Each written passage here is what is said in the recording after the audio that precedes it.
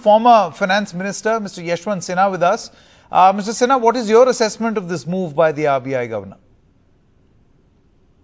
You know, the Indian economy actually was hurtling towards a crisis. Inflation rates were going up.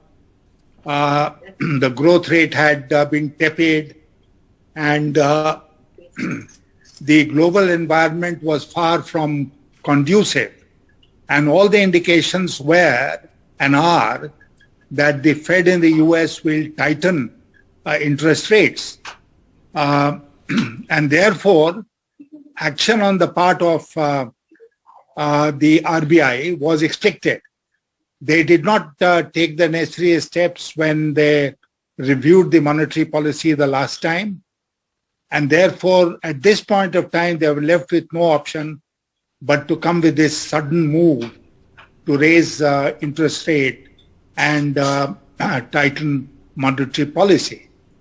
That was the only option left, because for any central bank, fighting inflation is the most important responsibility.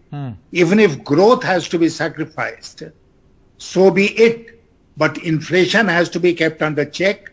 And obviously, inflation was going to run away if steps had not been taken in time. So I'm not surprised that the RBI has moved in the matter. Perhaps the right time would have been when they reviewed the monetary policy the last time. But let me ask you this question, Mr. Sinha. Do you think that this step will help contain or control inflation even now? I'm not so sure. My own experience will suggest that as far as food inflation is concerned and inflation of essential items, there the monetary policy is not of any great help. I have held it for a long time that if I am eating 2 rotis a day, whatever the interest rate, I have to eat those 2 rotis. I cannot reduce it any further.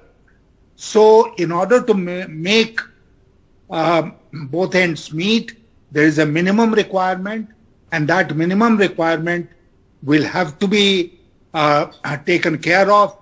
Monetary policy, irrespective of monetary policy. So as far as food inflation is concerned, as far as inflation of other essential items is concerned, I don't think the monetary policy is going to help. But overall, as far as the economy is concerned, this might have some impact on the inflation of other items. Final question, Mr. Sinha. Do you think for long the government has attempted to hide behind, debates like, very emotive debates like loudspeaker, in order to evade a discussion on something as critical as this? As I told you, is hurtling towards a crisis. And how do you divert attention of the people, especially the young people who are looking for jobs? I have been crying hoarse for weeks now, saying that this is an economic crisis and the government is trying to divert the attention, particularly of the youth, from this economic crisis of great unemployment, of unprecedented price rise, unavailability of goods, etc., by asking them to come on the streets, whichever community they belong to, and turning every street in India into a Colosseum in Rome, where the people used to indulge in the gladiators used to fight. Now that will divert attention. This is what the government is hoping for. But ultimately, the prevailing economic situation will come home to roost. It is coming home to roost, and the government will have to face this squarely. There is no getting away, whatever diversionary tactics they adopt.